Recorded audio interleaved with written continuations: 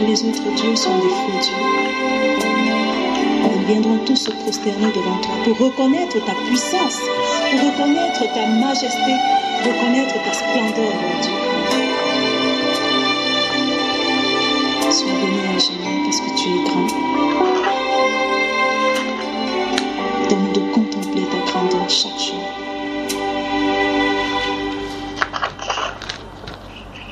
Tu es El Shaddai, Adonai est ton nom.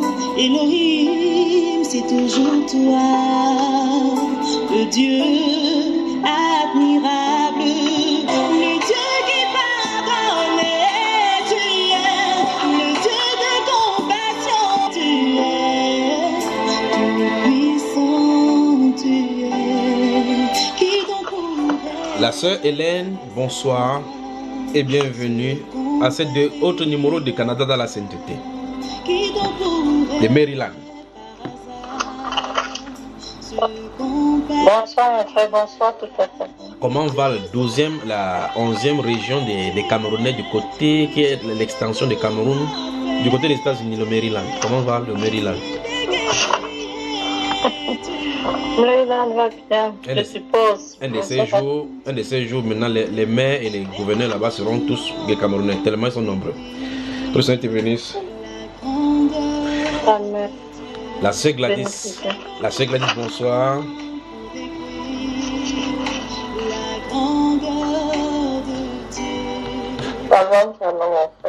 Installez-vous confortablement. La sœur Jackie et famille, bonsoir à vous. Shalom frère. La sœur a demandé que je réponde pour elle. Oui. La sœur Vanessa, bonsoir. Bonsoir frère. Vous êtes à l'aise, n'est-ce pas? Nous sommes à l'aise ensemble, pas vrai? Très à l'aise. J'espère que comme il ne vous voit pas dans les vidéos, vous n'êtes pas fâchés, vos visages ne sont pas froissés. La sœur Jessica Placide et Raymond Betty, bonsoir à vous.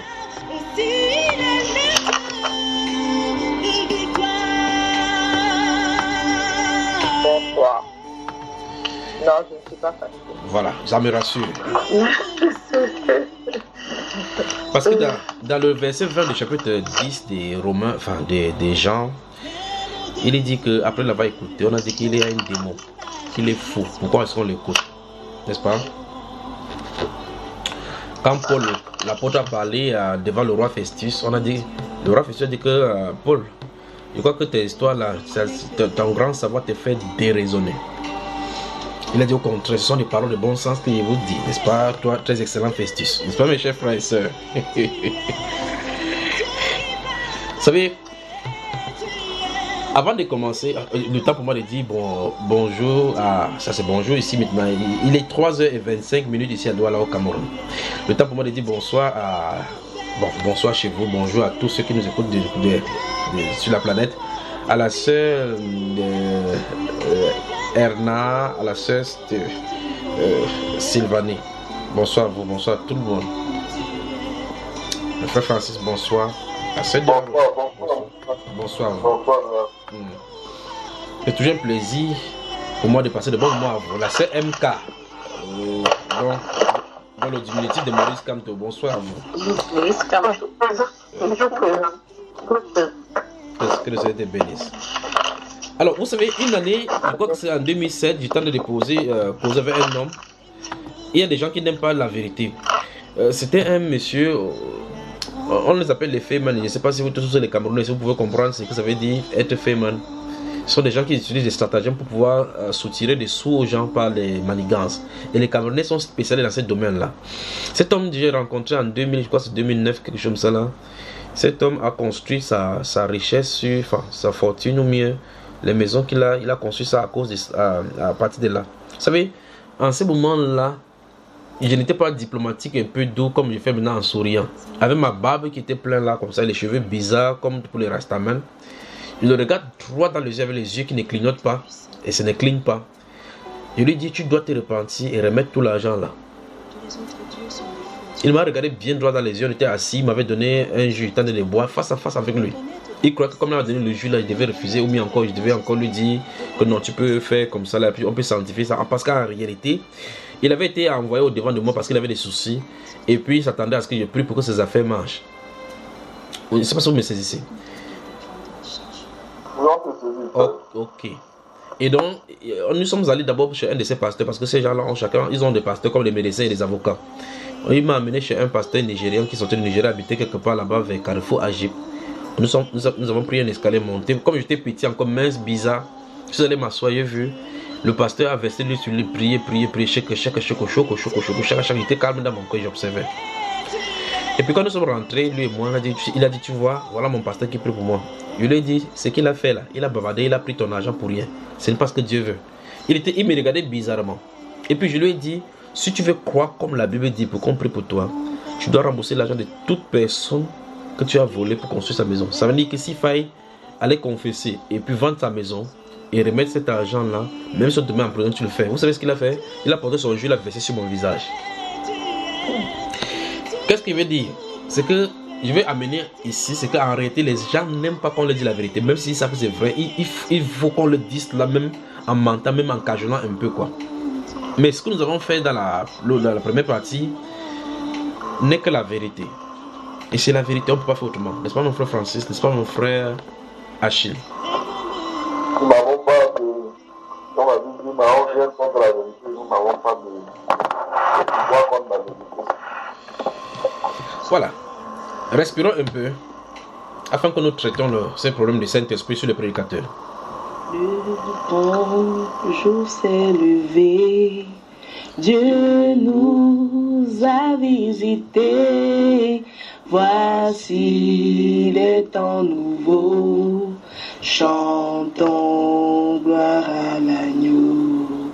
Nous recevons de Christ ce qu'il avait promis, le Saint-Esprit est là. Le Saint-Esprit est là.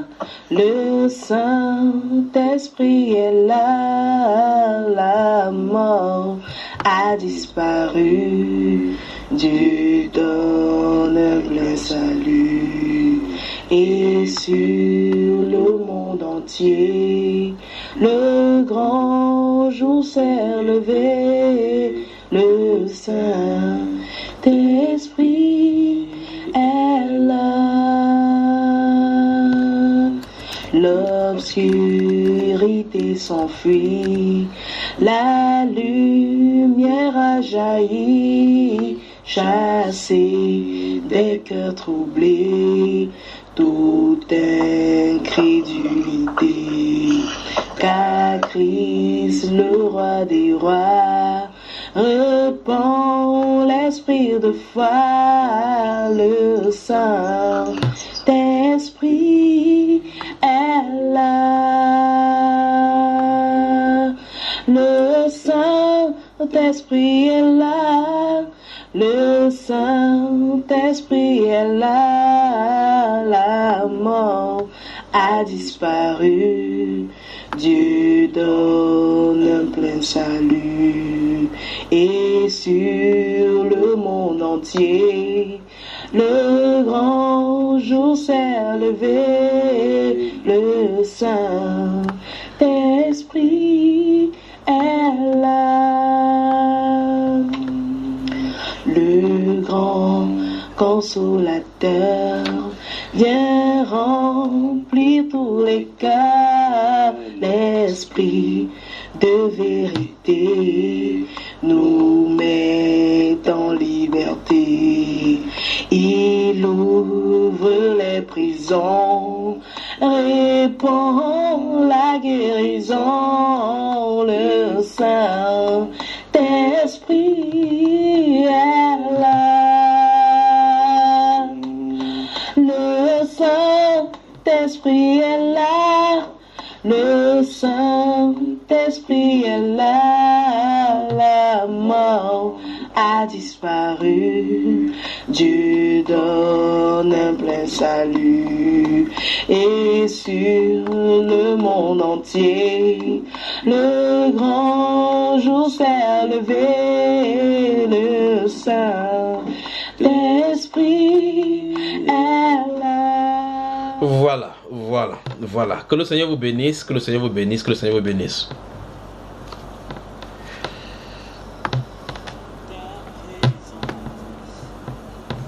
Le frère Francis, nous allons entamer maintenant dans la deuxième articulation de ta question que j'ai devant moi, mais j'ai pris que tu la reposes afin que nos auditeurs et tous ceux qui désirent puissent écouter. Ouais, donc la deuxième question avec trait à la fameuse Grande commission, l'appel, la prédication par rapport à ceux qui sont ordonnés, envoyés par le Seigneur à parler. Tu as posé la question, quelle est la part des autres chrétiens, quel est leur ministère, qu'est-ce qu'ils sont censés faire dans tout cela? Voilà, pour faire connaître que si je n'ai pas en annonçant l'évangile, comment donc quelle est donc ma part? Je n'ai pas part à la prédication de l'évangile pour sauver les âmes.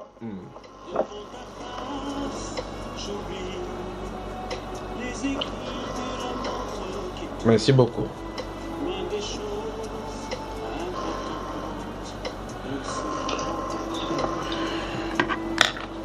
On peut commencer maintenant.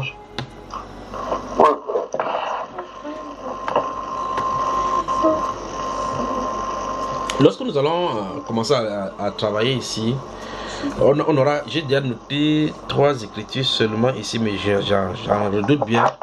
Il en aura plusieurs. Commençons, où est-ce qu'on va commencer là? Commençons dans le livre de Marc au chapitre 16.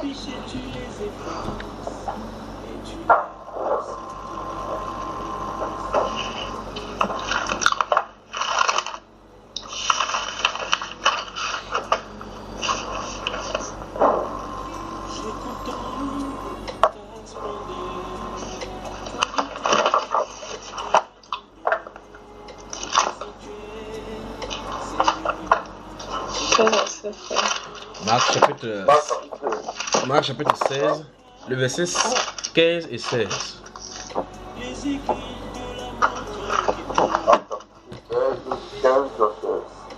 Notez aussi Matthieu chapitre 24, on va y arriver.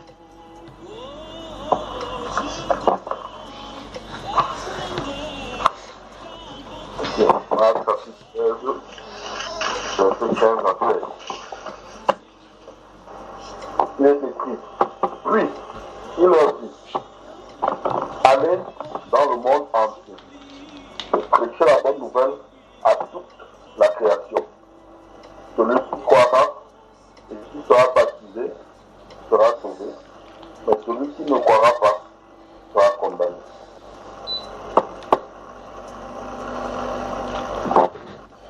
Voilà.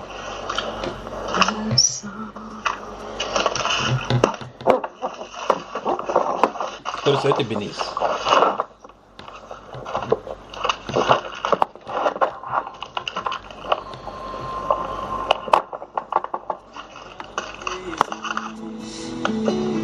Tu me remplis de joie de ton esprit devant ta face. En ta présence, j'oublie mon existence, je réponds mon âme, tu essuies mes larmes.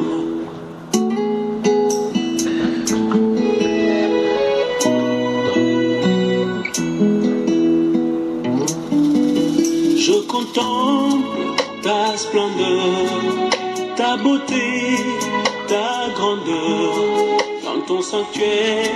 Voilà. Donc nous voyons dans ce livre de Marc au chapitre 16, le Seigneur Jésus donne des recommandations à ses disciples au verset 15 d'aller prêcher la bonne nouvelle à toute la création. Quelqu'un a des difficultés ici? Il y a quoi?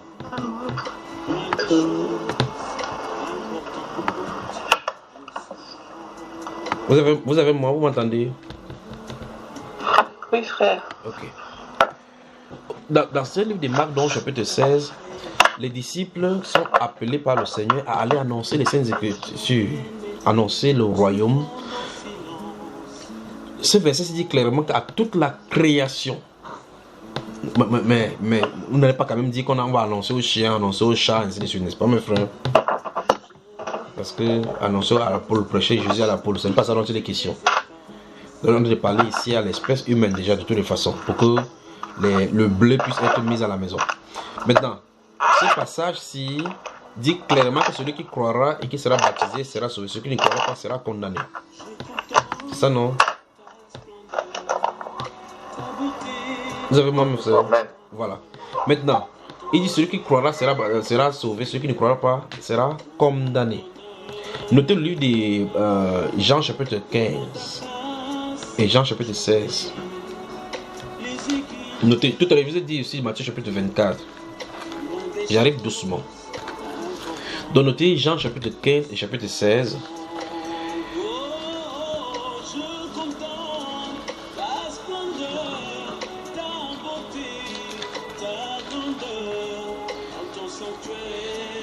Prenons particulièrement le verset 16 du chapitre 15. Et je ne sais pas quelle heure il est chez vous là. La sœur Placide, il est quelle heure là-bas?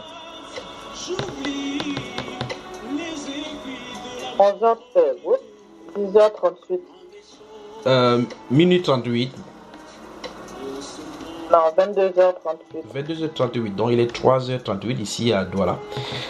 Puisque ton micro est ouvert, peux-tu lire le verset 16 des chapitres 15 des Jean?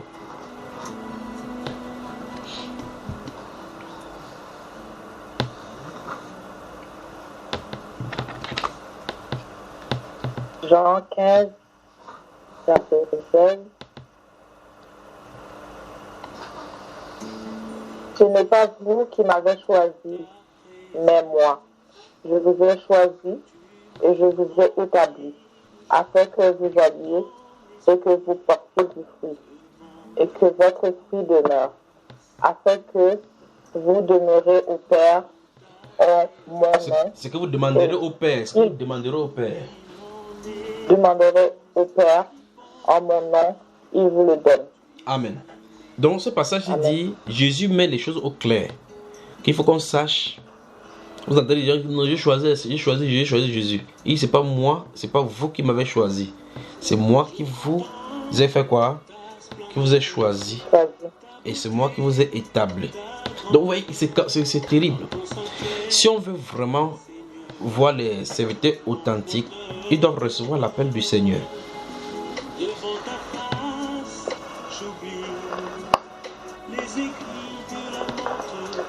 J'ai une question. Oui, ça commence à venir là-dedans. Alors, les prédicateurs qui sont en train de prêcher en ce moment, est-ce que c'est parce qu'ils sont voilés, ils sont appelés ou pas du tout? Ça peut être tout ça. Il y a tout ça de catégories là-dedans. Les prospérités, les fameux... Oui.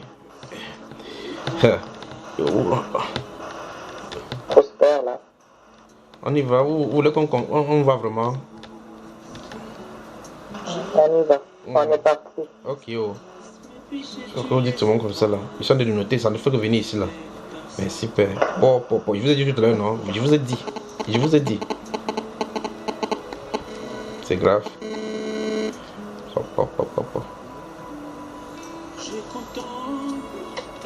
Ok, vous voyez, j'ai là 1, 2, 3, 4, 5, 6, 7, 8, 9, 10 versets. Ce passage qui sont. Pendant que vous parlez, ça ne fait que venir là. C'est pas lequel on va piper. Donc, nous avons lu le livre de Marc, chapitre 16, verset 15, où le Seigneur dit d'envoyer les gens d'aller prêcher à toute la création. Celui qui croira, enfin, il doit aller prêcher la bonne nouvelle. Ici, dans le livre de Jean, chapitre 15, verset 16, que nous avons lu, Jésus dit, c'est pas vous qui m'avez choisi, c'est moi qui vous ai choisi et qui vous ai établi.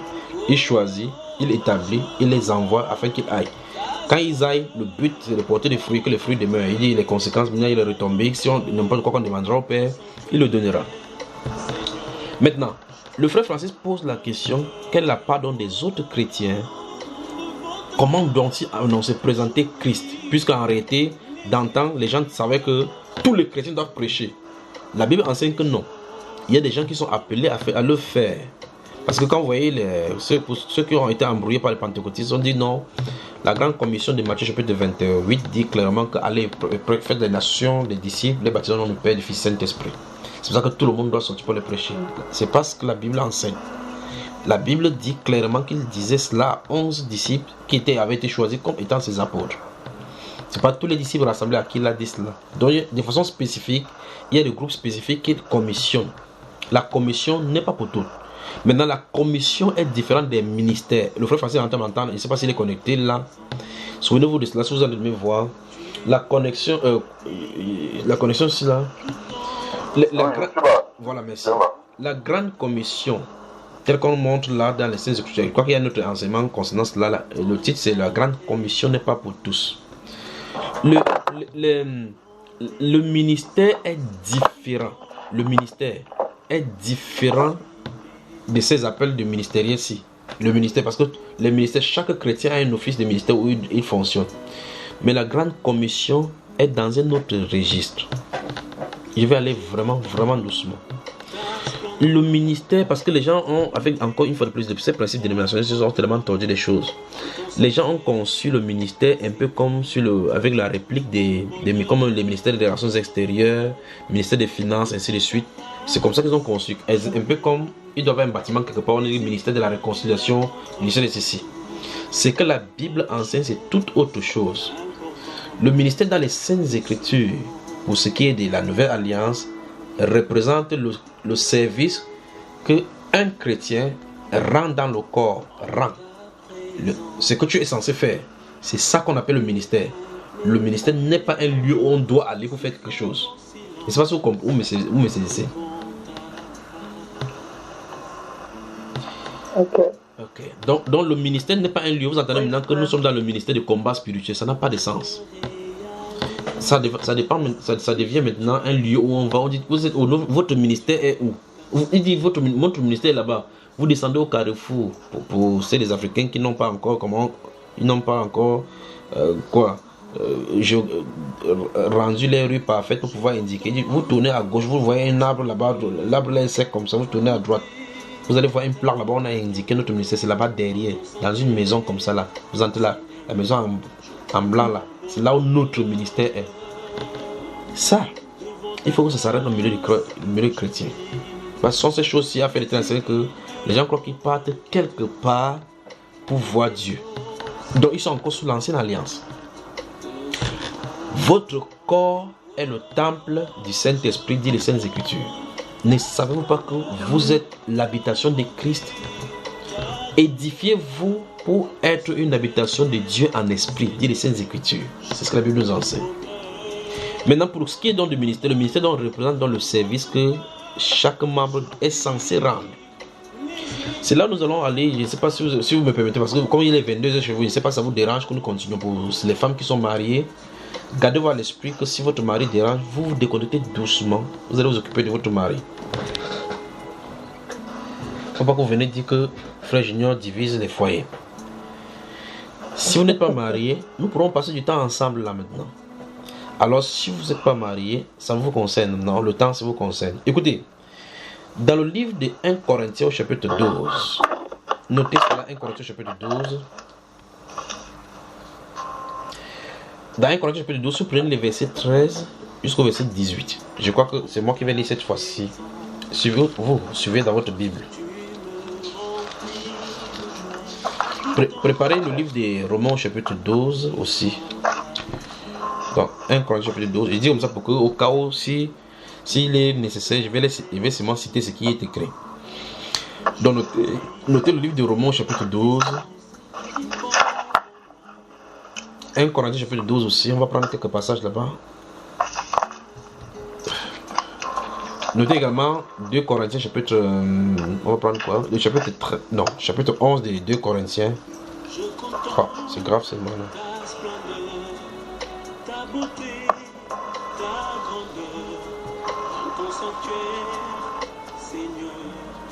Vous y êtes. 2 Corinthiens chapitre 11. Là-bas on va lire à partir du verset 13. Merci pour ceux et ceux, ou bien celles qui écrivent sur le forum afin que les gens qui ne sont pas connectés puissent voir ce que vous les restes des miettes et des os qu'on a mangé. 1 Timothée chapitre 4 et chapitre 6. 1 Timothée chapitre 4 chapitre 6. 2 Timothée chapitre 4.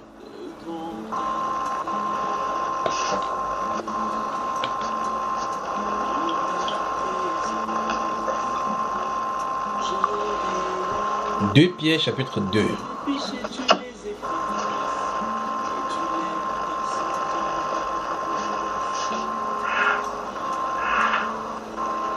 Oh. Hébreux chapitre 13, le verset 17 en descendant. Hébreux chapitre 13, verset 17.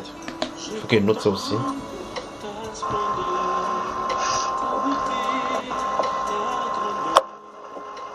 Un Pierre chapitre 5, verset 1 à 5.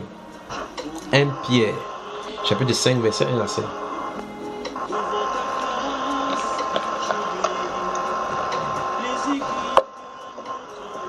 Apocalypse chapitre 2, verset 18 à 23.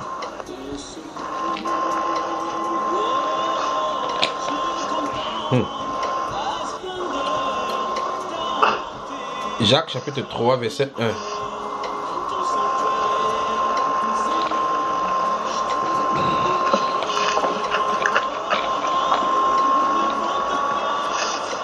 Matthieu chapitre 24.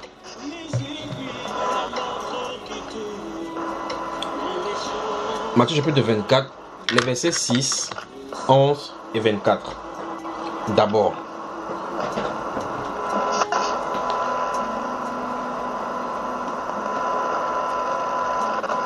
Voilà, si vous avez noté pour le moment, il va lire 1 Corinthiens chapitre 12. Nous allons prendre les versets à partir du verset 13. On va descendre jusqu'au verset 18, puis on va aller au verset 28 et jusqu'au verset 30. Et puis nous allons commenter ensemble. Dans le verset 13, il est dit: nous avons tous en effet été baptisés dans un seul esprit pour former un seul corps, soit juif, soit grec, soit esclave, soit libre, et nous avons tous été abreuvés d'un seul esprit. Ainsi, écoutez très attentivement, là ça devient important, parce que le frère pose la question: bon, ok, si tout le monde n'est pas prêt, ne sont pas appelés ou commissionnés à aller annoncer Christ, quel est donc le rôle dans les autres? Comment les autres vont témoigner Christ? Au fur et à mesure que nous allons lire ces passages, nous allons non seulement découvrir les spécificités des appels, ce que les autres sont censés faire et comment on doit rendre cela plausible au milieu du corps de Christ, et voir effectivement des mauvais exemples des gens qui s'y initient, enfin qui s'y immiscent, ça alors qu'ils n'ont pas été appelés, les conséquences de ce qui les attend. Il y a quelqu'un qui a un micro ouvert et dont le truc a été frotté là, ça fait du bruit. Donc, le verset 14 dit, écoutez bien: ainsi le corps n'est pas un seul membre, mais il est formé de plusieurs membres.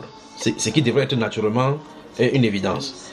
Si le pied disait: parce que je ne suis pas une main, je ne suis pas du corps, ne serait-il pas du corps pour cela?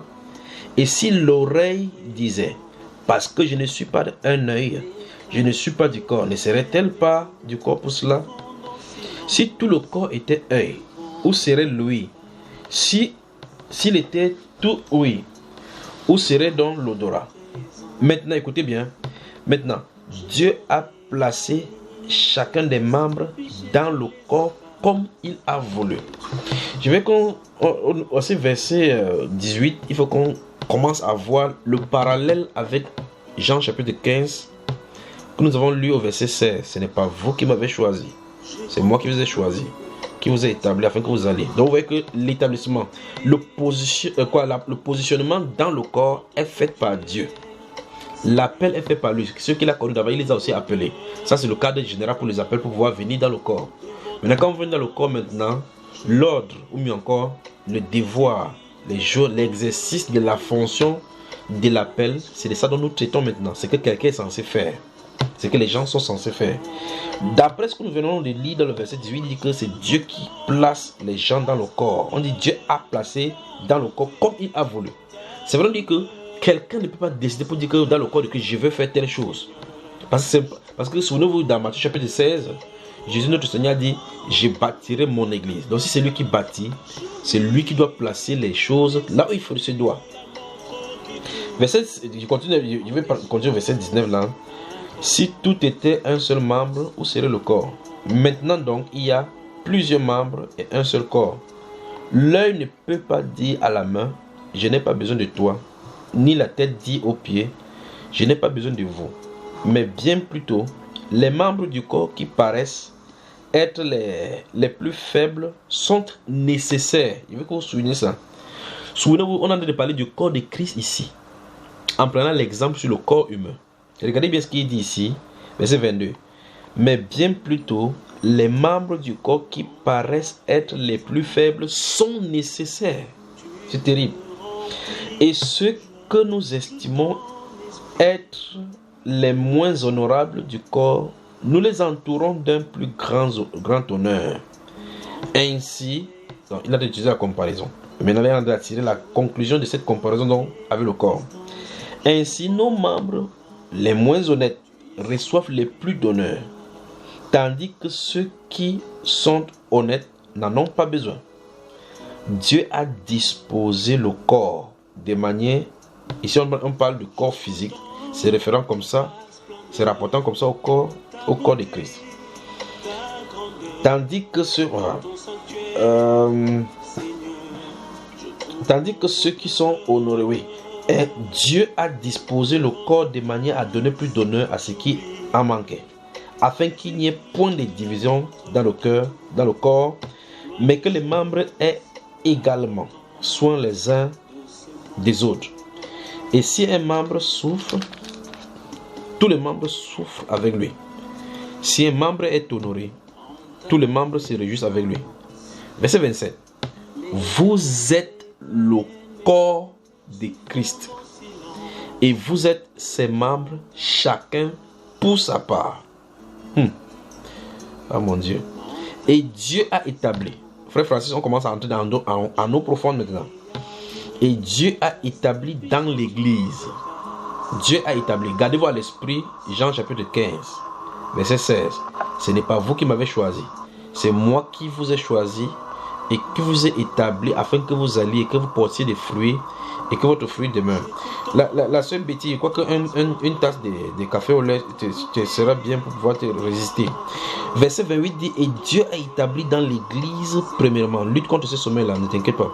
Et Dieu a établi, premièrement, ça, nous sommes dans l'église là, des apôtres, secondement, des prophètes, troisièmement, des docteurs, ensuite, ceux qui ont le don des miracles, puis ceux qui ont les dons de guérir, de secourir, de gouverner, de parler diverses langues. On s'arrête d'abord là-bas.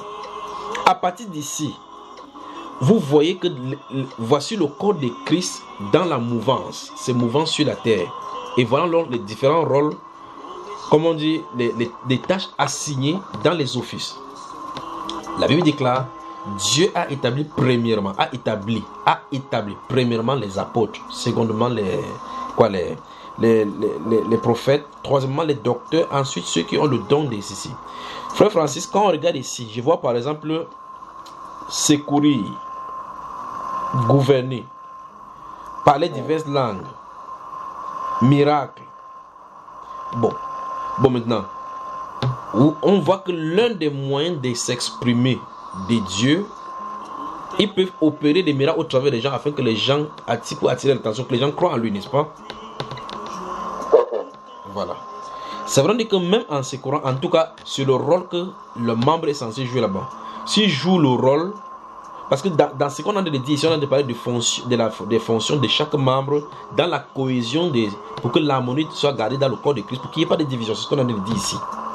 Et par conséquent, ces rôles-ci ne sont pas assignés directement. Il faut entrer dans chacun des rôles maintenant pour savoir, ou bien encore de chacun des appels, ou bien de chacun d'office, pour savoir qu'est-ce qu'il est censé faire. Parce qu'ici on dit les apôtres, sans dire ce que l'apôtre est censé faire. Mais dans les exemples de la Bible, on voit effectivement comment les apôtres partaient pour prêcher, d'autres partaient pour encourager, d'autres partaient pour exhorter, d'autres partaient pour imposer les mains aux malades, que les malades sont guéris. C'est ce que nous voyons dans l'office. Les prophètes, on sait effectivement que ce sont les porte-parole de Dieu. Les docteurs, on sait effectivement que ce sont les enseignants. Donc on voit clairement que celui qui a le don des miracles ne peut pas venir prendre la place du docteur en disant que je suis docteur. Bien qu'un docteur puisse avoir aussi un don de guérison, ou bien un don pour apporter des miracles. J'espère que ça se comprend. Donc de façon spécifique, chaque personne doit identifier ce à quoi le Seigneur l'a appelé. Ça, c'est la première des choses à faire. Lorsqu'il l'identifie, il doit fonctionner seulement dans ce couloir-là en faisant ce que Dieu l'a appelé à faire. Le vrai problème maintenant aujourd'hui, c'est qu'en réalité, plusieurs personnes ne savent même pas c'est pourquoi il a été appelé. Par exemple, on parle ici de secourir. La question c'est, comment est-ce qu'on secourt? Notez le livre des Actes des Apôtres chapitre 6 et chapitre 9.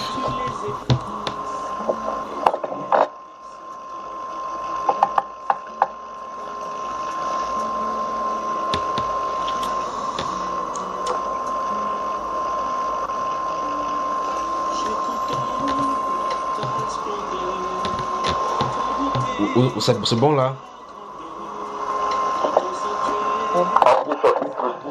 Voilà. Donc j'ai demandé de noter. Je vais que vous notez seulement pour compléter parce qu'il au fur et à mesure que je vais l'expliquer, puis ça va arriver là. Alors, vous avez noté Actes chapitre 6 et chapitre 9, n'est-ce pas? Ok. Notez aussi Tite chapitre 3, les versets 8 à 14.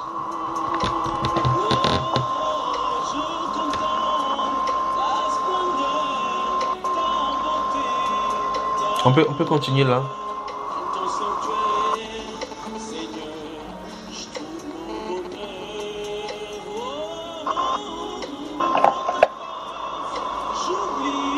Où me suivez? C'est bon là.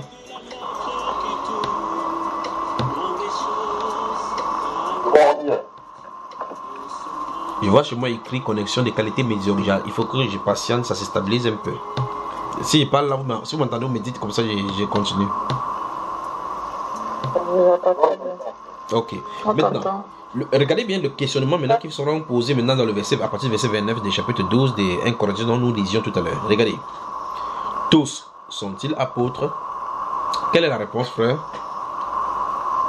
Non. Tous sont-ils prophètes?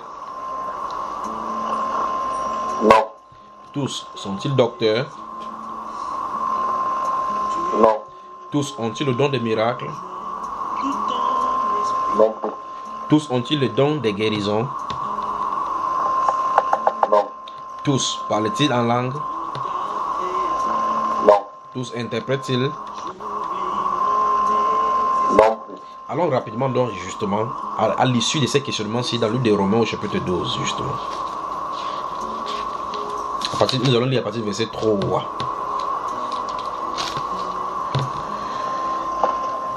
Écoutez, je vais lire à partir du verset 3. Écoutez, si vous avez ouvert Corinthiens, c'est juste derrière là.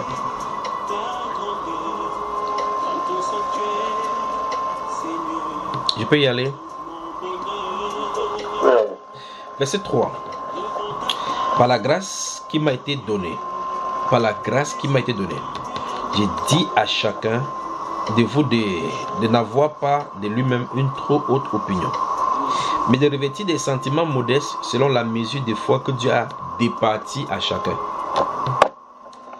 Car comme nous avons plusieurs membres dans le corps et que tous les membres n'ont pas la même fonction, tous les membres n'ont pas la même fonction.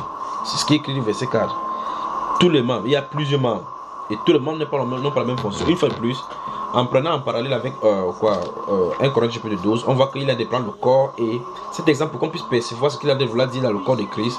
En regardant votre propre corps, c'est tout de la tête aux pieds qu'on appelle le corps. La main, par exemple, la sœur Jessica, elle vient d'utiliser sa main maintenant pour bien placer vous appelez l'oreillette là, voilà, elle vient de mettre sa main avec sa main. Si on a de parler là, elle soulève les pieds, mettant les pieds comme ça, tout le monde sera scandalisé. Mais qu'est-ce qu'elle a de faire avec les pieds? Parce que le pied n'est pas censé saluer. Qu'est-ce que la Bible dit? La Bible déclare ici que chaque membre du corps, tous les membres du corps n'ont pas la même fonction. C'est-à-dire que la main s'attend à pouvoir porter quelque chose, saluer, utiliser pour faire telle chose. Et comme la sœur Betty en a pris maintenant sa tasse. Vous voyez maintenant comment elle va prendre. Si elle prend maintenant sa cuillère, elle essaie de prendre, ou si vous remarquez que elle prend sa tasse comme elle là, elle va maintenant tendre la bouche, vous allez la voir, elle va mettre ça dans la bouche un peu là, pour tester si ça chauffe. Si elle ouvre le nez, elle essaie de verser ça dans le nez.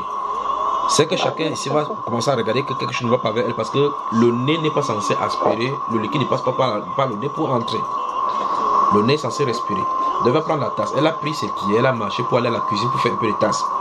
Quand elle a fini de faire la tasse, sa main a porté, son pied l'a ramené là-bas. Quand son pied l'a ramené au niveau de son siège, ce n'est pas son pied qui s'est assis. Elle a une partie de son corps qu'elle a déposée pour que ça puisse être stable et confortable. Quand elle finit maintenant, elle me regarde bien droit dans les yeux maintenant. C'est pas avec son nez qu'elle me regarde. Donc en réalité, la Bible déclare ici au verset 4 que tous les membres n'ont pas la même fonction. En comprenant tout simplement que notre corps est une prophétie même pour le corps de Christ dans son entièreté. On devait comprendre effectivement que si c'est la main qui est prédicateur, il ne faudrait pas que la place vienne prendre la main du prédicateur. Parce qu'en réalité, si à cet instant-là, dans son corps, quelque chose, un membre fait une fonction qui n'est pas assignée, il y a quelque chose d'anormal. Ce corps-là est handicapé. Et la chose est faite de façon harmonique, de telle façon que chaque membre fait sa fonction sans encombre, sans empiéter sur le territoire de l'autre, et tout est en harmonie au point où tout le corps répond en harmonie et tout le monde est content. Mais dans le corps de Christ, c'est pas comme ça. Vous voyez aujourd'hui quelqu'un, il est pasteur, vous entendez qu'il est devenu évangéliste. Un de ces jours, il est devenu prophète. Vous posez la question, d'où est-ce que ça sort? C'est ça qui cause problème. Amen. Je continue. Ainsi, nous qui sommes plusieurs, nous formons un seul corps en Christ. Et nous sommes tous membres les uns des autres. Puis dans cette recommandation à partir du verset 6 maintenant. La sœur Betty, nous sommes dans le livre de Romains chapitre 6 cette fois-ci, chapitre 12. Romains chapitre 12, verset 6, d'accord? Le temps pour toi de te retrouver.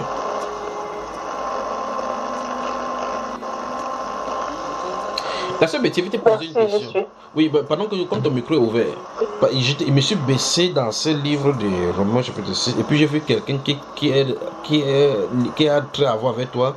J'ai vu la douleur dans son ventre, une douleur chronique. C'est qui dont il est question?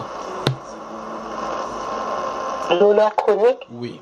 Cette personne se souffre de douleur dans le ventre.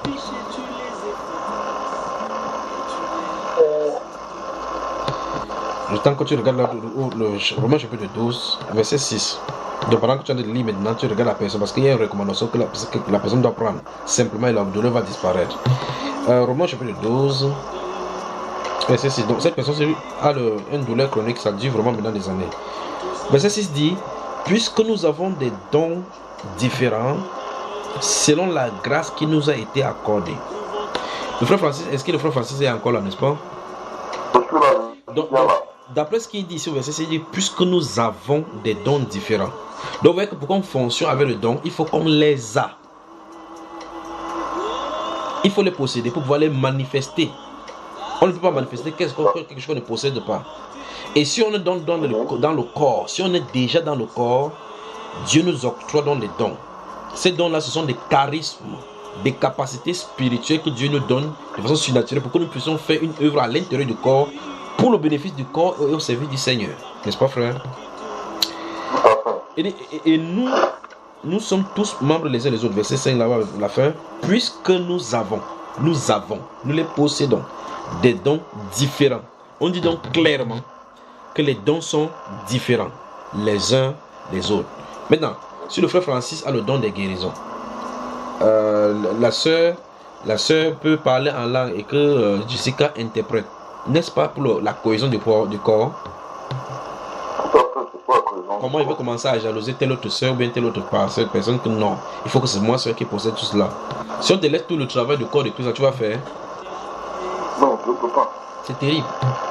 Qu'est-ce qui se passe? C'est la soif d'avoir beaucoup plus de gens et les porte-monnaies de ces personnes-là qui créent ces problèmes-ci. Je vais vous dire quelque chose. Écoutez-moi très attentivement. Si un de ces jours, un décret mondial sort, qu'on annule l'histoire que vous appelez Hérodola là, les gens qui prêchent la parole, qui ne sont pas appelés du Seigneur, arrêteront de prêcher. Parce que le problème, c'est l'argent. Ils vont arrêter de prêcher. Puisque la Bible déclare dans Philippiens au chapitre 3, le verset 17 et suivant, qu'il y a des gens qui prêchent Dieu pour leur ventre. Leur Dieu, c'est leur ventre. Donc ils font comme ça parce qu'ils veulent vivre, mais encore survivre. 2 Pierre que je vous ai donné aujourd'hui dit clairement, à partir du verset 1, qu'il y a eu parmi les peuples des faux prophètes. Il y aura parmi vous des faux docteurs qui introduiront des sectes pernicieuses et qui, régnant le maître qui les a attirés, qui les a sauvés, attireront sur eux une ruine soudaine. Puis dit, plusieurs les suivront dans leur dissolution et la voix de la vérité sera calomniée à cause d'eux. Et puis on dit cette grosse chose-là, par cupidité. Ils trafiqueront de vous au moins des paroles trompeuses. Vous voyez que les caractéristiques donc de tout cet embrouille au milieu du corps de Christ, c'est à cause du bien matériel. Dans 1 Timothée chapitre 6, verset 3 et suivant, jusqu'au verset 10, il est dit que si quelqu'un enseigne des fausses doctrines, ne s'attache pas à la sainte parole de notre Seigneur Jésus-Christ, il est enflé d'orgueil. Il est dans la maladie des questions oiseuses, d'où naissent des querelles et des... Comme cet enfant-ci. Et au verset 10, la Bible déclare que car l'amour de l'argent est la racine de tout le monde. Et plusieurs, en étant possédés, donc être possédés par l'amour de l'argent, se sont livrés eux-mêmes dans bien des tourments. Et au verset 11, donc, puisqu'il est question de mettre notre service au don de Dieu, notre don au service de Dieu, au verset 11 du chapitre, je viens de citer le livre de 1 Timothée chapitre 6, au verset 11, il a dit, pour toi, homme de Dieu, fuis ces choses-là. Donc, je lui dis donc, ce qui arrive, qu'il y ait ces mixicités et que les gens commencent à s'embrouiller, principalement pour ceux qui sont glissés là-bas, pour qu'ils ont trouvé cela comme une profession pour pouvoir utiliser les êtres humains qui viennent parce qu'ils sont nourris de toutes des souffrances. On les utilise comme des objets de commerce pour pouvoir se tirer de l'argent. C'est à cause du fait que ces gens-là donnent de l'argent. Si on ne donnait pas de l'argent, ils ne serviront pas. Parce qu'en réalité, les serviteurs de Dieu doivent être au service des gens, pas qu'on les serve. C'est pas ça que vous me saisissez. C'est pour ça que Paul l'apôtre dit, ces gens, s'il y en a des gens qui fonctionnent, ils sont ennemis de la croix de Jésus-Christ de Nazareth. Ils ont pour Dieu leur ventre. Ils ne pensent qu'aux choses de la terre. Vous voyez? La Bible déclare que leur fin, c'est ce que la Bible dit, leur fin sera la perdition. Dans 1 Pierre chapitre 5, Pierre, l'apôtre une fois de plus, vous avez noté ça aujourd'hui, il dit, voici les exhortations que j'adresse aux anciens qui sont parmi vous. Moi, ancien comme eux, et témoin de la souffrance de Christ, de la souffrance et de la gloire qui sera manifestée. Il dit, percez le troupeau de Dieu. Vous remarquez, je vais prendre ces exemples, c'est pour vous montrer clairement que l'ordre n'est pas donné à tout le monde dans le corps ici. Parce que ce n'est pas tout le monde qui est censé perdre le corps de Christ. Quand le Seigneur a appelé Pierre dans le livre de Jean chapitre 21, il a dit, Pierre, m'aimes-tu? Il a dit, Seigneur, tu sais que il dit, paie mes brebis. Paie mes brebis. Donc, vous voyez que la recommandation lui est donnée de façon spécifique. Il n'a pas dit que tout le monde va perdre les brebis du Seigneur. Parce qu'en fait, c'est même d'abord un non-sens si tout le monde est censé prêcher pour les brebis du Seigneur. C'est-à-dire qu'une brebis sera prêchée contre lui-même. Donc, la Bible déclare que Dieu a placé chaque membre dans le corps, chaque personne a sa fonction. Et tout cela, c'est fait pour l'édification. Remarquez bien. Vous dites, supposons par exemple qu'on se rassemble. On a dit qu'on va, comme nous sommes nous rassembler maintenant. La Bible règle le cadre dans le livre de 1 Corinthiens chapitre 14, le verset 26. Que fait donc frère lorsque vous vous assemblez? Qu'est-ce qu'il dit? Que fait donc frère lorsque vous vous assemblez? Quelqu'un parmi vous attire un cantique, l'autre dit un enseignement, une langue, une interprétation, une prophétie, que tout se fasse en ordre. Donc, vous voyez que dans le cadre cultuel, lorsqu'on se réunit pour partager, on s'attend à ce que chacun apporte sa contribution pour que les uns les autres soient édifiés. Quelqu'un sera édifié par le cantique que tel seul donnera. L'autre sera édifié par la langue que l'autre donnera et que l'autre va donner l'interprétation. L'autre donnera la prophétie pour que l'église en soit édifiée. Vous voyez que la personne qui va donner la prophétie et que l'autre qui va donner le cantique, il n'y a pas de différence parce que tu vas dire que Dieu donne comme un message spirituel. L'autre va chanter un cantique spirituel venant du même Saint-Esprit qui a inspiré tout cela dans la grâce. Je ne sais pas si jusque là je me fais comprendre. Donc allez annoncer l'évangile aux perdus, ou mieux encore pour le jugement, parce que je vais y revenir maintenant. Aller annoncer l'évangile, sortir pour aller prêcher Jésus est l'un des volets du grand paquet du rôle du corps de Christ. Amen. Oui, monsieur, n'est-ce pas? Alors, Ce n'est c'est pas le rôle. pas tout le monde qui peut prêcher. C'est ce que la Bible enseigne justement. Jacques chapitre 3. Alors, ça veut Allons-y. dire, Ma soeur, ouvre la Bible, toi, ouvre Jacques chapitre 3. Oui, pendant que tu viens de parler, ouvre. un pasteur peut pas être apôtre et évangéliste en même temps. C'est qu'il a le don de Jésus, non? Pardon? Il a le don de Jésus seul, non? C'est Jésus que seul qui a tout cela. C'est pour ça que, regardez, le Seigneur a fait de tels enseignements. Alors, il n'est pas fiable. En tout cas, j'essaie de. Quand vous commencez à me mettre des conflits avec les gens là. En tout cas, je vais vous dire quelque chose. Même hors du corps de Christ, ce même principe-ci demeure. Dieu a fait de tels enseignements que le riche a besoin du pauvre, le pauvre a besoin du riche. Vous avez ça, n'est-ce pas? Vous le voulez ou pas, que vous l'admettez ou pas, vous aurez besoin de quelqu'un sur la terre pour vous aider dans quelque domaine que ce soit. Vous allez remarquer que ce soit un président de la République, il a besoin d'un jardinier. Le jardinier habite au quartier va venir avec son moteur pour coiffer les herbes. Vous allez voir les herbes, le gazon de Camp David, où le président américain peut se reposer. Ce sont les gazons, ce sont des êtres humains qui taillent cela. Bon, parce que les machines vont tailler. C'est lui qui taille les gazons du président. Le président ne va pas prendre pour aller tailler. En tout cas, le président aura besoin du savon pour se laver. Il va acheter une marque de savon. Il va acheter forcément la marque de savon que quelqu'un fait. Vous me suivez, n'est-ce pas? Pour se déplacer, il va entrer dans une voiture, ou bien dans un camion, ou bien dans n'importe quel moyen. Il va utiliser. Ça veut dire que quoi? Nous sommes interdépendants les uns des autres à des degrés différents. On a besoin. Il dit même hors du corps de Christ, ces principes-ci demeurent. Parce que le fait, la Bible vient de nous enseigner dans le livre de Romains chapitre 12 et 1 Corinthiens chapitre 12 que le corps humain, Dieu en faisant cela, pensait au corps de Christ. C'est ce qu'on nous a enseigné là. Il a voulu prophétiser par nos propres visions. Ça veut dire que si la Bible-ci n'avait pas été avec nous, Dieu serait en train de parler avec le corps de Christ, avec notre propre corps. Parce que le corps, la main-ci ne peut pas être ennemi avec cette main-ci. Vous voyez des dissensions au milieu du corps de Christ aujourd'hui. Jacques chapitre 3 dans ma soeur, verset 1. Vous avez noté ça aujourd'hui.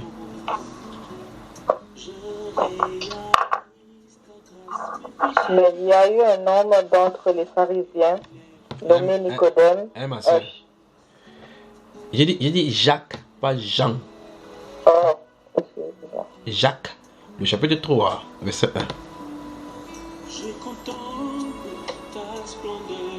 1. Mes frères, qu'il n'ait pas parmi vous un grand nombre de personnes qui se mettent à enseigner, car vous savez que nous serons jugés plus sévèrement. Donc, le Saint-Esprit dit dans les Saintes Écritures que les gens qui seront dans le milieu du corps de Christ, qui seront jugés plus sévèrement, ce sont les qui? Ceux qui sont en train d'enseigner. Voilà. Donc, vous voyez qu'en réalité, parce qu'avec l'enseignement, voilà pourquoi on a pollué le dehors maintenant. Il y a tellement de styles d'enseignement chrétien ici, là, aujourd'hui. En tout cas, ça embrouille tellement les chrétiens. Vous entendez tout à l'heure, comme j'étais en train de parler par rapport au salut, on perd le salut, on ne perd pas le salut. Forcément, quelqu'un aura raison. Parce que soit on perd, soit on ne perd pas. Ok. Maintenant, ça veut dire que quelqu'un parmi les deux a tort. Parce qu'on ne peut pas en même temps perdre et en même temps ne pas perdre. Nous sommes d'accord, n'est-ce pas? Ok. On continue toujours comme ça là. Alors donc, si on avance, la Bible nous enseigne qu'en réalité, 1, c'est Dieu qui choisit. 2, celui qui établit. Et quand il établit, il donne à chaque membre qu'il a choisi à appeler dans le corps une fonction particulière avec des dons spirituels ou mieux encore des dons ministériels correspondants. Et cette personne-là, identifiant son don ministériel ou bien son don, selon le choix d'utiliser les termes dons spirituels et dons ministériels qui sont des choses différentes. Les dons spirituels ou bien dons ministériels correspondants, il doit faire seulement cela à la charge qui est là. Parce que la main ne peut pas aller manger. La main ne peut pas manger. Même si la main vous dit, ok, il faut qu'il change maintenant le bout. La main prendra seulement de l'eau. Vous ne pouvez pas prendre l'eau, vous versez dans l'autre main. Vous dites, vous attendez à ce que ça entre dans votre corps. Ça ne marchera pas. Ça doit passer ici pour entrer. Et quand ça passe, la langue ne peut pas retenir. La langue, son rôle, c'est de tester si c'est bon pour le corps. La langue est le laboratoire de cuisson des produits semi-finis. Quand c'est bon, c'est pas bon, vous rejetez. C'est la langue qui est censée donner cela. Si ton palais, tu n'as pas le son, si ça ne donne pas, si ça ne teste pas, teste. Je crois que c'est en anglais ou c'est en français, test. Je crois que c'est en français ça. Test, tu testes. C'est en français ou c'est en anglais. Bon, enfin, goûtez. Oui, c'est ça.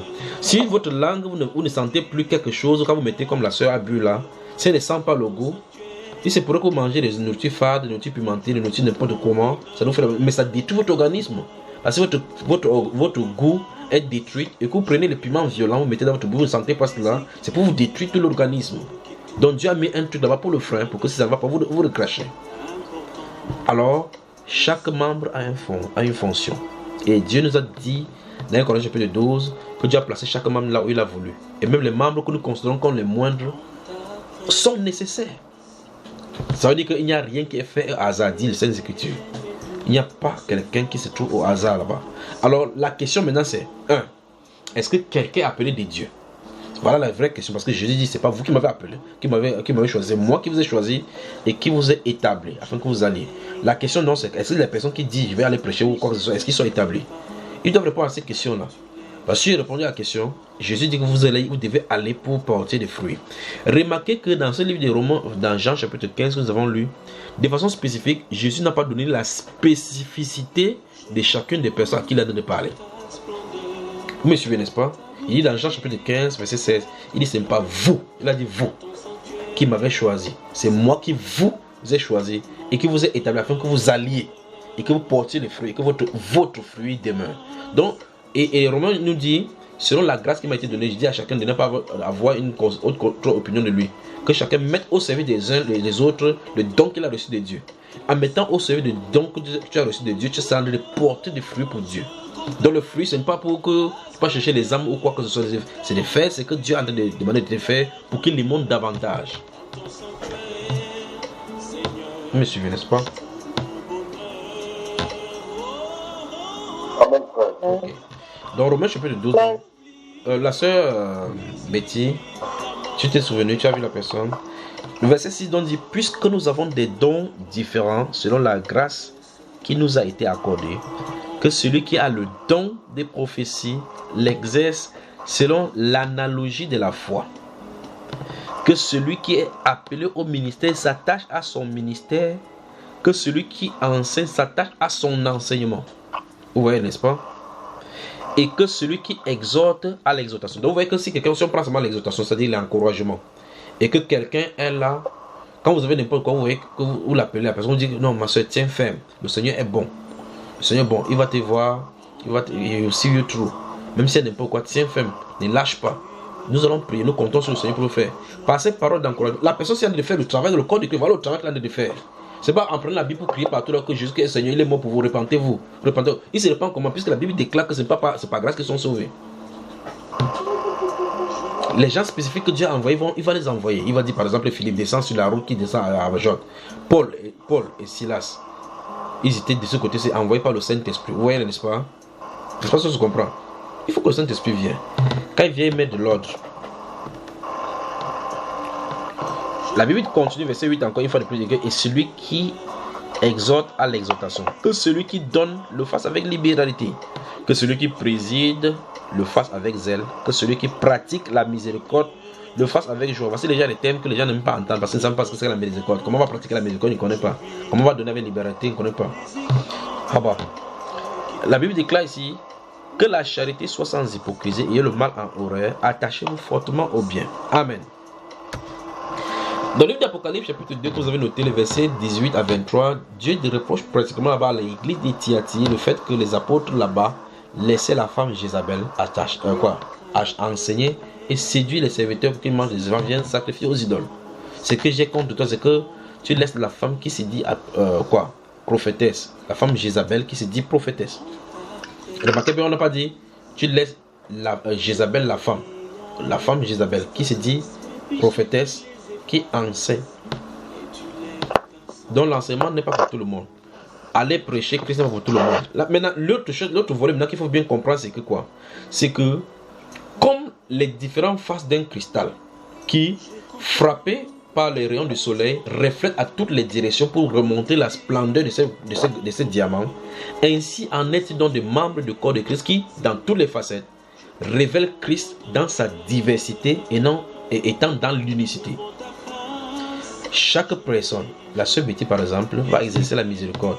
La sœur Jessica sera dans la libéralité par exemple. La sœur Vanessa sera une personne qui aime prier, elle a le don de foi. Toutes ces personnes-ci, dans ces différentes facettes, seront de faire l'œuvre que le Seigneur a faite. De telle enseigne que, très souvent, celle-ci peut exhorter. Et en exhortant quelqu'un en passant, écoute cela, voit seulement son comportement et croit au Seigneur. Est-ce qu'on se comprend jusque-là? Donc, le service de Christ ne se résume pas à aller prêcher pour que les gens soient sauvés. Que non, il y a des prédicateurs ou pour cela. Ésaïe, le prophète, a dit qui a cru à notre prédication. Vous voyez, dans le livre d'Hébreux chapitre 4, la Bible déclare que la même parole qui nous a été prêchée leur a été aussi prêchée, mais ça ne trouve pas point de foi chez eux. Et Ésaïe est en train de parler des prophètes et des prédicateurs qui doivent venir pour prêcher l'évangile de Christ, que Christ est venu effectivement, il est mort pour vos péchés. Mais pose la question, est-ce que les gens vont croire? Et il dit dans Romains chapitre 10, verset 14 et suivant, comment croiront-ils s'il n'y a personne qui prêche? Et comment y aura-t-il, vous allez voir les différentes questions qu'il pose là-bas, il dit, et comment y aura-t-il des prédicateurs s'ils ne sont pas envoyés? Donc les prédicateurs pour aller prêcher, pour qu'on croit, pour se retourner à lui, doivent être envoyés. Amen. Donc tous ne sont pas prédicateurs. Alors, en résumé, si on veut continuer, parce qu'il y a tous les versets que j'ai mis là-bas, vous allez marquer dans... J'ai fait tout et tout pour ne pas lire les versets comme 1 Timothée chapitre 4, où on dit que plusieurs vont venir dans les derniers temps et on doit enseigner, on aura des mangeurs d'entendre et on va se donner le foule des docteurs. Dans le livre de 2 Corinthiens chapitre 11, que vous avez noté également le verset 13, la Bible déclare que ces hommes-là sont des faux apôtres, des ouvriers trompeurs. Vous voyez cela? Il n'est pas étonnant parce que Satan, qui est leur maître aussi, se déguise en âge de lumière. Il n'est pas donc étonnant que ces ministres se déguisent en ministres de justice. Donc, il y a donc les prédicateurs déguisés. C'est ce que la Bible nous enseigne, que Satan a déguisé, a envoyé les prédicateurs qui se déguisent en milieu du corps de Christ. Il faut donc enlever le déguisement, le masque. Je crois qu'il y a une autre prédication qu'on va prêcher sur enlever le masque des prédicateurs. Il faut les démasquer. Si le jour où vous voudrez, on en parlera. Alors donc, ça veut dire qu'il faut savoir les démasquer. Parce que la Bible nous dit qu'ils sont masqués. Parce que la Bible nous déclare. Comment donc savoir? Les Saintes Écritures nous demandent donc, on va pulvériser. Si on met quelque chose de non, on va pulvériser, on va voir son vrai visage va sortir. En résumé, donc, je résume. Chaque chrétien, je dis chrétien avec le vocable biblique. Chaque chrétien dans le corps, dit les Saintes Écritures, doit mettre ce qu'il a reçu du Seigneur au service des uns et des autres. En mettant ça au service des autres, il sera de travailler dans le carnaval, ou encore il sera de remplir la fonction à lui assignée par le Seigneur qui construit ce corps-là. Parce que le but pour lequel le Seigneur lui a assigné cette fonction, enfin, cette don-là, à cette poste ou bien à cette fonction-là, c'est pour un but précis justement, pour le service des uns et des autres. Regardez dans les Saintes Écritures, dans l'Acte des Apôtres, vous allez remarquer que dans l'église naissante, et vous avez noté le verset chapitre 6, vous remarquez que quand les disciples ont commencé à augmenter, on a dit ok, là maintenant, il a commencé, les hellénistes ont commencé à murmurer contre les femmes hébreuses du fait de la nourriture qui se distribuait chaque jour. La Bible déclare, si vous lisez bien l'Acte des Apôtres, la Bible déclare que quand ces choses-là ont commencé à amener les palabres au milieu des chrétiens, les apôtres vont convoquer la multitude. Ils vont dire, il n'est pas bon que nous délaissions la parole, la prédication et la prière pour nous consacrer à la table. C'est pourquoi choisissez parmi vous cet homme qui aura un bon témoignage, qui soit plein d'esprit. Nous les appliquerons, nous les consacrerons à cette charge-là et nous nous appliquerons au travail de la parole et de la prière et de la prédication. Donc, on voit clairement que même dans l'église naissante, on savait que clairement, voici ceux qui sont nés pour la prédication. N'est-ce pas, frère Francis? Allons-y dans ce livre des Actes des Apôtres, dans les onces là. Que Dieu vous bénisse. Actes des Apôtres, chapitre 6.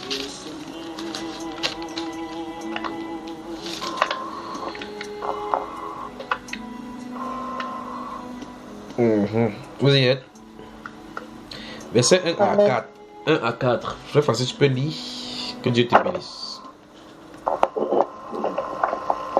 Actes des Apôtres, chapitre 6, verset 1 à 4.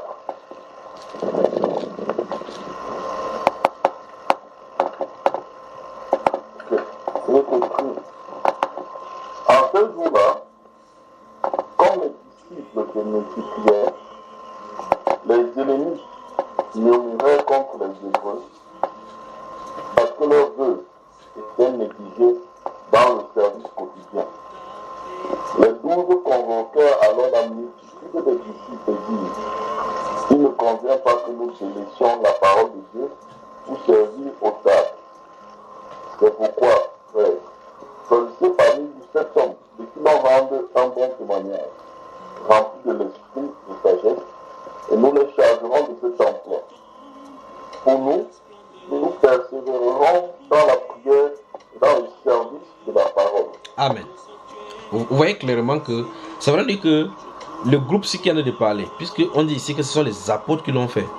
Les apôtres avaient un canevas qui a été bien tracé pour eux, alors que les autres n'en avaient pas. La suite va dire clairement que cette proposition-là plut à la multitude qui choisit, présenter, on va citer le nom des gens qui vont présenter, et la Bible déclare qu'il leur a imposé la main. À partir de cet instant-là, ils vont entrer dans le service. Donc vous voyez clairement que chaque personne dans le corps, petit à petit, voilà le corps naissant, on va commencer à charger chaque personne dans tout ce qui est dit. À la conférence dans le chapitre 15, quand il y aura la conférence, ce n'est pas tous les disciples qui seront là-bas pour parler. Quelle église nous avons aujourd'hui. À la conférence de Jérusalem, il y avait des gens spécifiques qui sont montés là-bas pour aller discuter de ces choses-là. Aujourd'hui, on discute parce que même il y a les femmes parmi les doctrines, les femmes. Vous voyez une femme qui a porté le col blanc, elle dit que non, nous sommes tous des chrétiens. Vous remarquez à Jérusalem, ce qui s'est passé, la façon dont les apôtres sont réunis pour traiter les affaires.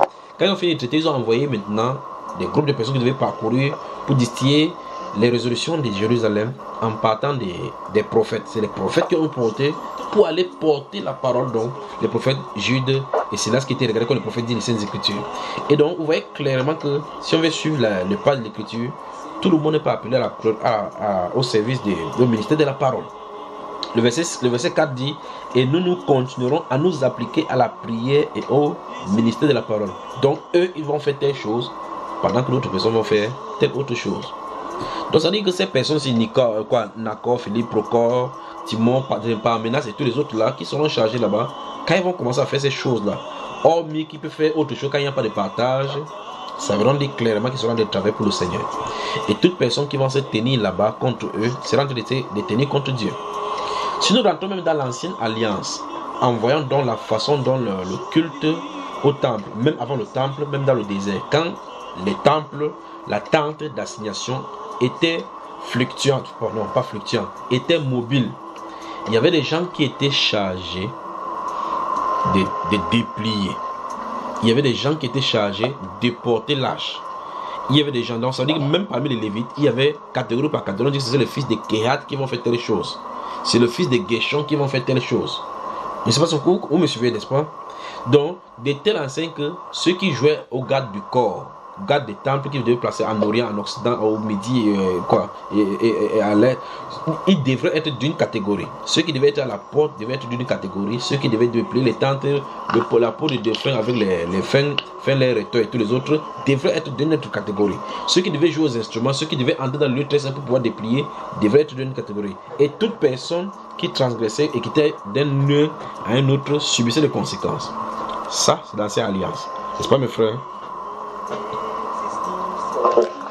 Maintenant, c'est le corps de Christ. Vous voyez le désordre qu'il y a. Et Jésus est là, il fait comme s'il ne voit pas. Attendez, le Saint-Esprit arrive. Vous y avez moi, non? Que Dieu vous bénisse. Que Dieu vous bénisse. Alors, chaque chrétien a un don. Je dis que chaque chrétien avait le vocable de la Bible. 4h30 à Douala au Cameroun. Chaque chrétien doit avoir un vocable de dons spirituels et dons ministériels que Dieu lui a donné. Il doit faire en faisant cela. Parce que vous entendez dans les dénominations, quelqu'un dit que non, vous êtes dans votre Jérusalem, c'est votre famille. Allez d'abord dans votre famille, amenez les gens, il faut que vous sauvez les gens de votre famille. Posez-lui la question que toi-même tu as sauvé combien dans ta propre famille. La personne qui parle comme ça, pour qu'il vous dise. Si vous allez forcer quelqu'un pour les sauver. Prenons une pause et on y revient. Le Saint-Esprit est là. Frère, si tu permets, oui. Juste pour d'embarquer tout ce qui c'est tellement clair. Parce que, par exemple, lorsque la Bible définit l'Église comme étant le corps, je prends l'exemple du corps. Oui. On voit bien que, par exemple, si on veut manger, celui qui va prendre la nourriture, celui qui mange, qui déguste, c'est la bouche. Mais pour que ça arrive à la bouche, il faut la main. Il faut que la main puisse prendre et mettre à la bouche. Il faut que l'estomac puisse digérer pour que les vitamines puissent être dispensées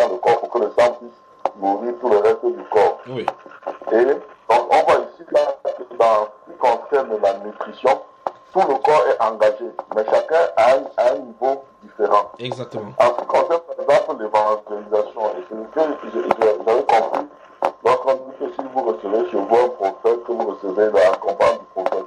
Et si vous recevez un juste, vous recevez la récompense du juste.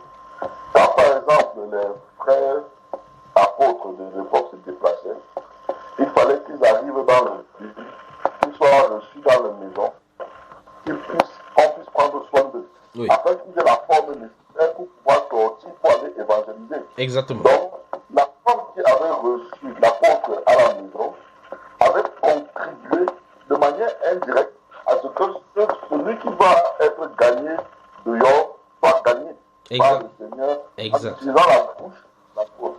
Juste que la seule différence, c'est qu'il y a quelqu'un qui est au premier rang, qui est vu, c'est-à-dire c'est les apôtres, c'est les prédicateurs de l'évangile.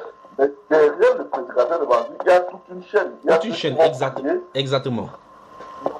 Ça veut dire que qu'on le veuille ou pas, d'une manière ou d'une autre, le Seigneur dans sa sagesse a fait en sorte que nous contribuions à gagner, comme on aime bien le dire, à gagner une âme, et qu'en fonction juste de la place que nous avons dans la chaîne, nous serons donc récompensés. Donc quand une âme est sauvée, le Seigneur sait que par exemple c'est la bouche de tel qui était utilisée, mais derrière il y avait une sœur X qui a prié. Donc si on note, on dit que qui a gagné telle âme, on ne note pas que, on ne dit pas qu'il n'y a que l'apôtre qui était devant. On cite tous les noms des personnes qui étaient là. Le frère qui a fait ça, la sœur X a fait Y, elle était là. Donc voilà ces personnes qui ont gagné une âme au Seigneur. Exactement. Frère, avec ce que tu dis, ça me pousse encore à dire encore quelque chose qui se passe dans le corps de Christ. Et ce qui sera une bêtise si quelqu'un l'admet d'une certaine façon. Quelqu'un peut-il dire que ton salut c'est grâce à moi? Non. Quelqu'un peut-il dire que je vais te sauver? Non, personne ne peut. Quelqu'un peut-il se taguer et c'est que c'est grâce à moi que tu as été sauvé? Jamais. Donc Christ est en œuvre dans le corps, faisant comme il veut pour amener les brebis à l'intérieur. Pas vrai? Oui, amen. Et il nous utilise comme instrument. Après, il va nous récompenser encore. C'est encore que c'est lui qui a décidé que c'est le travail qu'on doit faire. Il décide même de récompense qu'on doit faire, qu'on doit avoir. Ah! Mais si cet embrouille est au milieu de nous maintenant, ça veut dire qu'il manque quoi, frère? Si y a cet embrouille dans le monde, au milieu religieux maintenant, ça montre qu'il manque quoi au milieu de l'église? L'esprit de vérité. L'esprit de vérité. Vous êtes d'accord là, les femmes, n'est-ce pas? Amen. Que Dieu nous bénisse. Donc il y a l'Esprit de Dieu. Besoin de l'Esprit de Dieu. Et dit ta belle. Amen.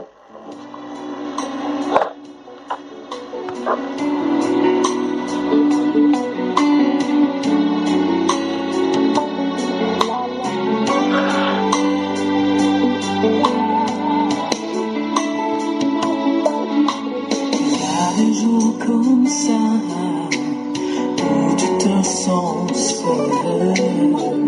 Tout autour de toi est noir, tous les piliers de ta vie s'écroulent. Il n'y a plus pour toi aucun repère.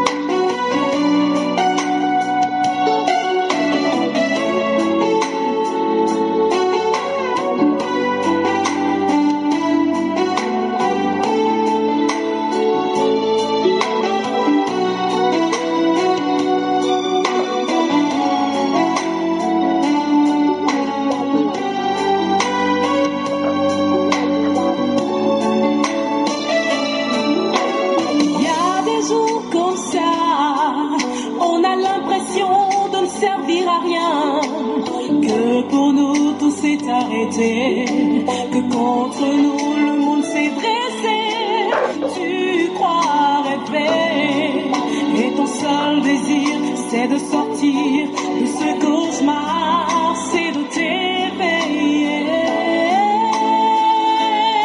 Cependant sache qu'au-delà, qu'au-dessus de ce que tu peux vivre, tu peux sentir ou ressentir, il y a quelqu'un qui